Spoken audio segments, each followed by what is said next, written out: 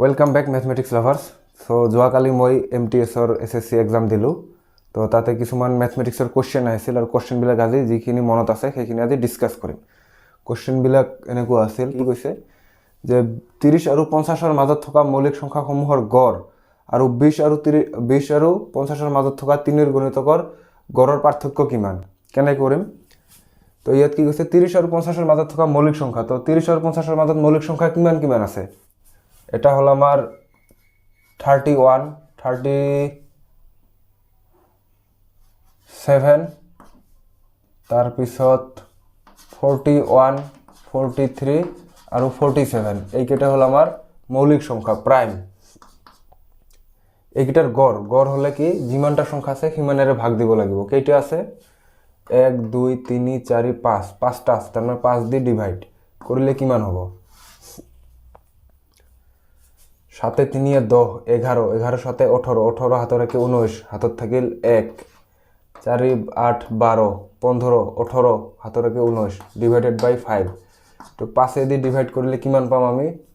5 3 গুণ 15 থাকিল 4 39, 5 9 গুণে 45 থাকিল কিমান? 4, দশমিক দিলে 40 হব, 5 8 গুণ 40। তার মানে মৌলিক সংখ্যাসমূহৰ গড় আহিল আমাৰ কিমান? 39.8। এতিয়া আকৌ কি উলিয়াব লাগে? 20 আৰু 50ৰ মাজত থকা 3ৰ গুণিতকৰ গড়। তো 3ৰ গুণিতকবিলাক কি আছে?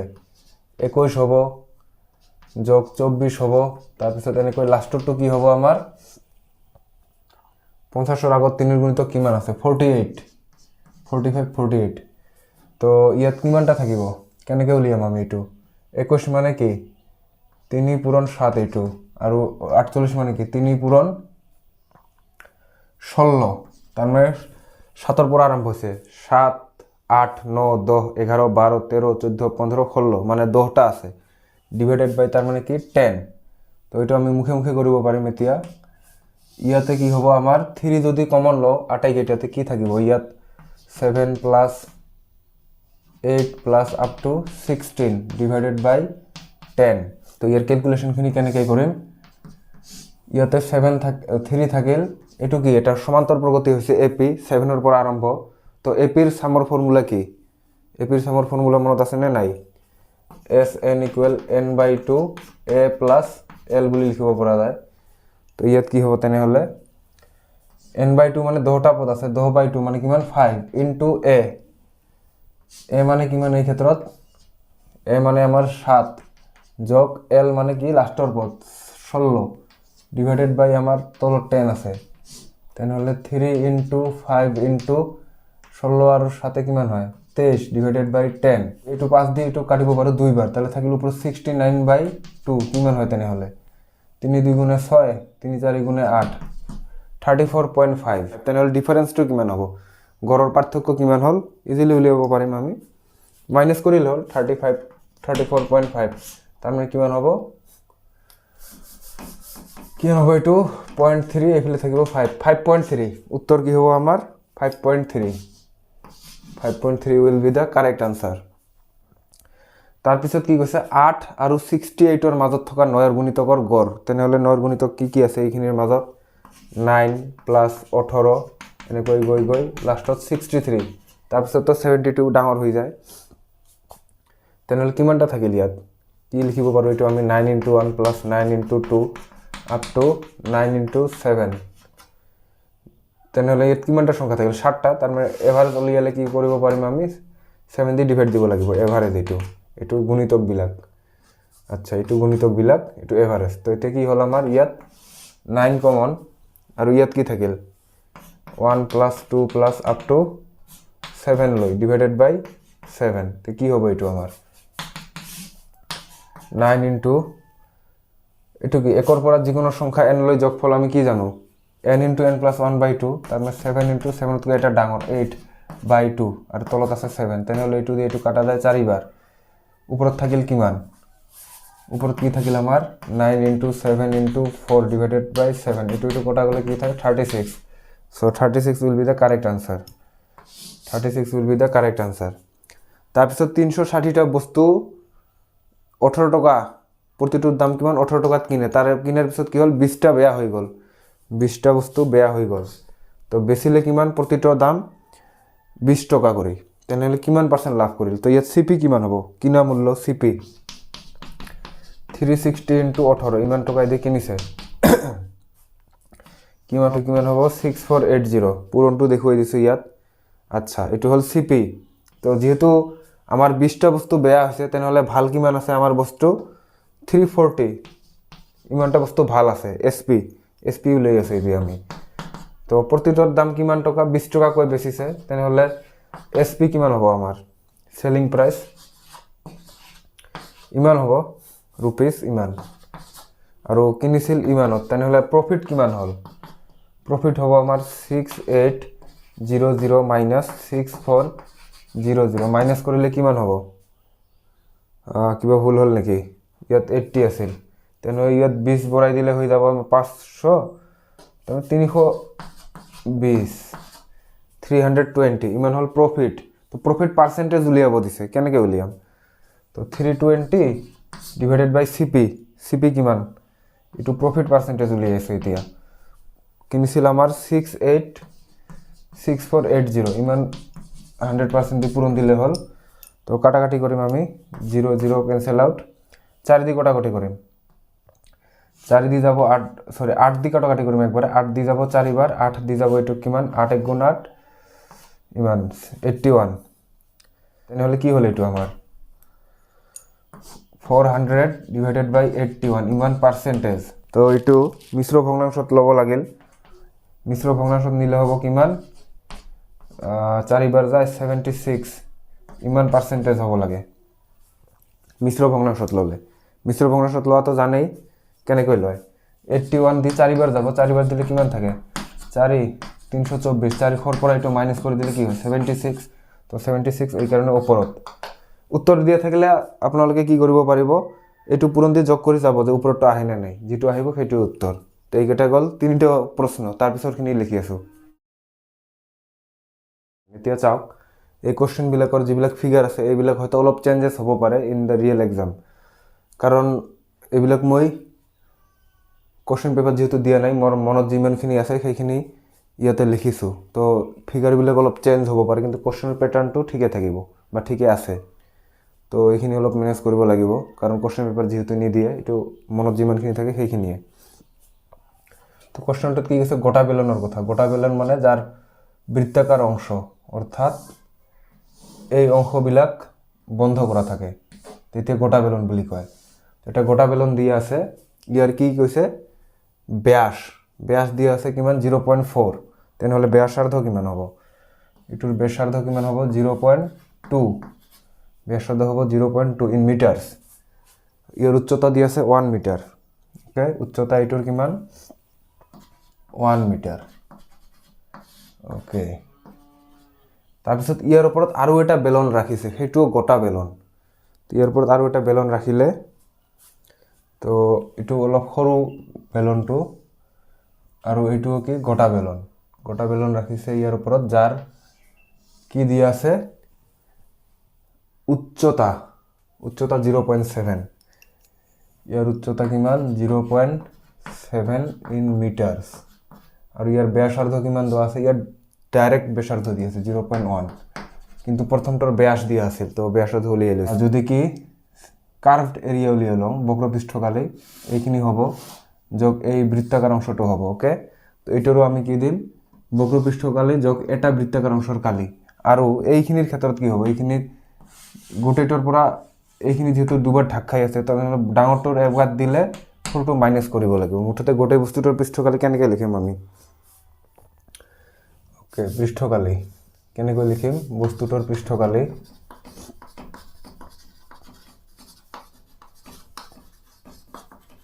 ইকুৱেল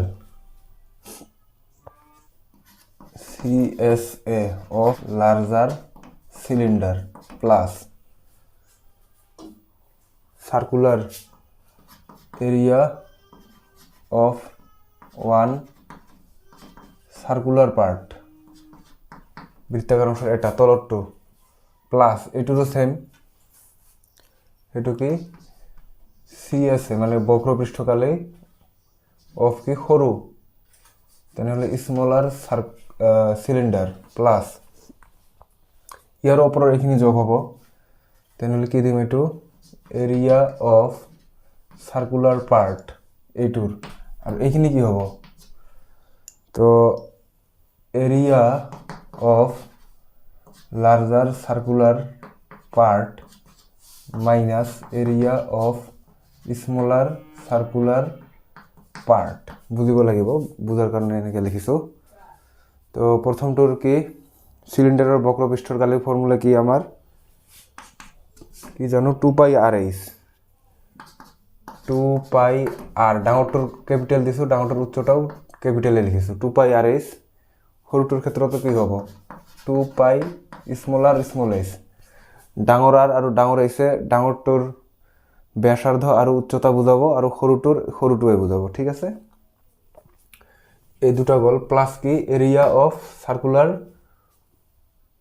পার্ট, এই দুটার আকৌ সার্কুলার পার্ট দুটা কি হ'ব যোগ হ'ব, তো এইটোৰ কি হ'ব πr², এইটোৰ সৰুটোৰ হ'ব πr²। এতিয়া আকৌ এইখিনি কি হ'ব πr ডাঙৰটোৰ স্কয়াৰ মাইনাস π সৰুটোৰ স্কয়াৰ। ওকে, এইখিনি বস্তু মই এই গোটেইটো দিলে কি হ'ব, এইটো যেহেতু এইখিনি দেখা নাযাব এইটো আকৌ মাইনাস কৰিব লাগিব, ৰিং টাইপৰ হৈ গ'ল, আমাক এইখিনিৰ এৰিয়া লাগে অকল ন, তো ডাঙৰটোৰ পৰা সৰুটো মাইনাস কৰিব লাগিব। তো ইয়াত কি কাটি যাব, তো আমাৰ কেনসেল আউট হ'ব কিছুমান বস্তু, এইটো আৰু এইটো কেনসেল আউট হ'ল 2πr/h plus 2πr/h plus 2πr² যাব 2π আটাইকেইটাতে আছে, এই যে 2π আছে গোটেইখিনিতে, তো বাকি কি থাকিব আমাৰ ইয়াত rh প্লাস ইয়াত স্মল rh প্লাস ইয়াত কি r², তো 2πটো এনেকৈয়ে থাকক। r কিমান আছিল আমাৰ ক্যাপিটেল r আছিল আমাৰ 0.2, সো 0.2 ইনটু ক্যাপিটেল H আছিল আমাৰ 1 প্লাস স্মল r আছিল আমাৰ 0.1 আৰু স্মল h আছিল আমাৰ 0.7, okay, plus capital r², capital r ৰ ভ্যালু আমাৰ আছিল 0. এইটো কি হ'ব 1.2, এইটো কি হ'ব 0.07 আৰু এইটো কি হ'ব 0.04 ইমান সেন্টিমিটার স্কয়ার 1.31,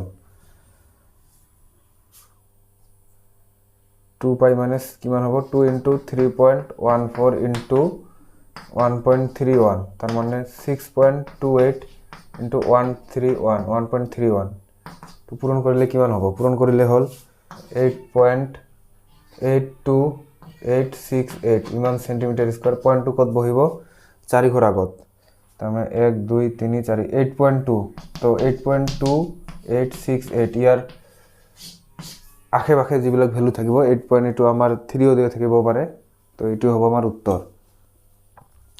তাৰ পিছৰটো কি কৈছে এটা সংখ্যাৰ 24% বঢ়াই তাক আকৌ 25% হ্ৰাস কৰা হ'ল, মূল সংখ্যাটোৰ পৰা কিমান পৰিৱৰ্তন কৰা হ'ল, তো মূল সংখ্যাটো যদি 100 হয় তো ইয়াৰ ইনক্ৰিজ কৰিছে কিমান 24%, তেনেহলে ইনক্ৰিজ কৰাৰ পাছত কি হ'ব, ইনক্ৰিজ কৰাৰ পিছত কি হ'ব আমাৰ 124, তাৰ পিছত আকৌ 25% ডিক্ৰিজ কৰিছে এইটোৰ, তো 124 মাইনাস 25% অফ হোৱাট 124, তাৰ মানে মুঠতে কিমান 124 মাইনাস 124 और 25% মানে কি 1/4, তো কটাকটি কৰিলে হ'ব 31, তাৰ মানে 124 মাইনাস 31 তাৰ মানে 93, তো আমাৰ মূল সংখ্যা আছিল 100, ইয়াৰ পৰা এতিয়া আমাৰ আহি গ'ল কিমান 93, তাহলে কিমান কমিল আমাৰ 7% কমিছে, তাৰ মানে 7% ডিক্ৰিজ উত্তৰ হ'ব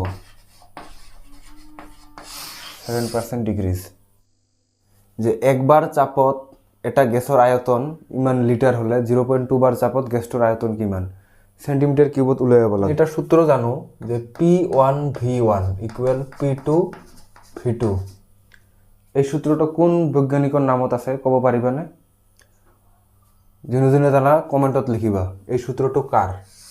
এই সূত্ৰ এই ক্ষেত্ৰত P1 কিমান একবাৰ, তাৰ মানে কি 1 লিটাৰ কিন্তু চেণ্টিমিটাৰ কিউবত উলিয়াব কৈছে তাৰ মানে 1000 দি পূৰণ দিম ইমান চেণ্টিমিটাৰ কিউব ইকুৱেল P2 আমাৰ জনা আছে 0.2 ইনটু V2 এটো উলিয়াব লাগে তো 1000 দি পূৰণ দিয়াৰ কাৰণ হল 1 লিটাৰ ইকুৱেল 1000 সেন্টিমিটার কিউব এটো ইফালে আহিলে এটো কি থাকিব 1.2 ইনটু 1000 বাই 0.2 ইকুৱেল V2 দুটাতে পয়েন্ট একে ঘৰতে আছে একেবাৰে কাটি দিলু তাৰে থাকিব এটো আমাৰ কিমান 6 তাৰ মানে V2 ইকুৱেল কিমান হল 6000 সেন্টিমিটাৰ কিউব 12 মিটাৰ বাহুযুক্ত বৰ্গৰ ভিতৰত আঁকিব পৰা বৃত্তৰ কালি বৃত্তৰ সৰ্বাধিক কালি বুলি দিলে বেছি ভাল আছিল প্ৰশ্নটো 12 মিটাৰ ইচ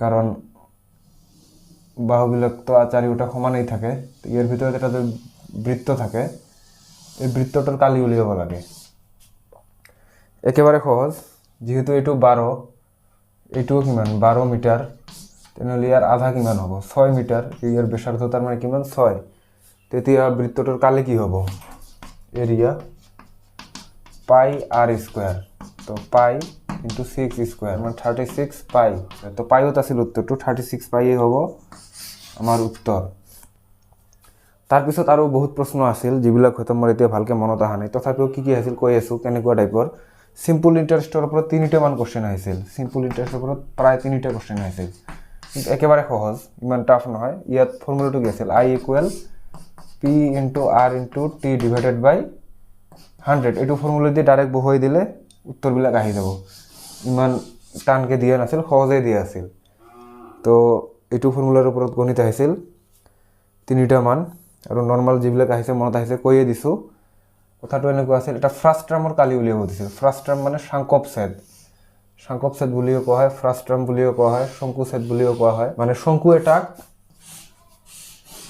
কিবা এটা কাটি দিলে কেনেকুৱা দেখা যাব এনেকুৱা হ'ব নহয় জানো বাল্টিৰ নিচিনা বা গিলাসৰ নিচিনা ইয়াৰ বক্ৰপৃষ্ঠৰ কালি উলিয়াব লাগে তো শঙ্কপছেদৰ বক্ৰপৃষ্ঠৰ কালি জানানে নাই যিয়ে জানা কমেন্ট কৰি লিখিবা আৰু যদি নাজানা কমেন্ট কৰিবা তথাপিও তো শঙ্কপছেদৰ কালি বক্ৰপৃষ্ঠৰ কালি বা সম্পূৰ্ণ কালি বা আয়তন কি হয় এটোৰ ওপৰত আমি ভিডিও বনাবলৈ যত্ন কৰিম ওকে তো আজিৰ কাৰণে ইয়াতে ৰাখিছো আৰু এটো ধ্যান দিব এটো ফৰ্মুলাত বহুত কেইটা প্ৰশ্ন আহিছিল ভ্যালু বহাই দিলে হল যেনকৈ এটা আহিছিল এক্সাম্পল স্বৰূপে লৈছো ফিগাৰবিলাক চেঞ্জ হ'ব এতিয়া তো ধৰি ললো 15000 টকা আছিল মূল 15000 টকা মূলধনৰ বস্তু 12000 লৈছো 12000 টকা মূলধনৰ বস্তু 31 কিবা দিছিল আমাৰ ডিসেম্বৰ সাগে ডিসেম্বৰৰ পৰা ধৰি ললো 31 আগষ্ট ইমান টাইমৰ কাৰণে লৈছিল এনুৱেল ইন্টাৰেষ্ট কিমান এনুৱেল ইন্টাৰেষ্ট দি আছিল তাতে 12% তো তেতিয়া ইন্টাৰেস্ট কিমান দিব লাগিব তো একেবাৰে ফৰ্মুলাত বহাই দিব পাৰিম আমি I will be what P এই ক্ষেত্ৰত কিমান 12000 into R rate of interest কিমান এনুৱেল ইন্টাৰেস্ট ৰেট 12% ইনটু টাইমটো চেঞ্জ হ'ব টাইমটো এই ডিসেম্বৰৰ পৰা আগষ্ট কিমান 8 মাহ তো কি হ'ব টাইম 8 মাহ তো টাইমটো কি হ'ব 8 মাহ তো যেহেতু ইয়াত ইন্টারেস্টটো আমাৰ এনুৱেলি হিসাব কৰা হয় তো তেনেহলে তো কি লিখিম আমি 8 মাহ 12 দি ডিভাইড ইন্টারেস্টটো কি বুলি দিয়া আছিল যে বছৰত হিসাব কৰা হয় বুলি তো এনেকৈ হ'ব টাইমটো বাই 100 তো 0 ক্যান্সেল আউট এটো মানে কি 4 2 গুণে 8 4 3 গুণে 12 3 দিয়ে এটো কিমান বার যায় 4 বার তো এটো কিমান হল 8 তার মানে ইয়াতে আছে কিমান 120 ইনটু 4 2 গুণে 8 96 ইমান 960 रुपीस হ'ব আমাৰ ইন্টাৰেস্ট ওকে এটো এটা एग्जांपल লৈছো বেলেগ আৰু আহিছিল কোশ্চেন ফিগাৰ বিলাক এতিয়া মোৰ মনত নাই কিন্তু মেইনলি এটো ফৰ্মুলা দিয়া আহিছিল আৰু তাতে একো টাফ বস্তু দিয়া নাছিল তো আজিৰ কাৰণে ইমানেই আৰু এটো কমেন্ট কৰিব লাগিলে নেক্সট ডিসকাস কৰিম আমি ওকে ধন্যবাদ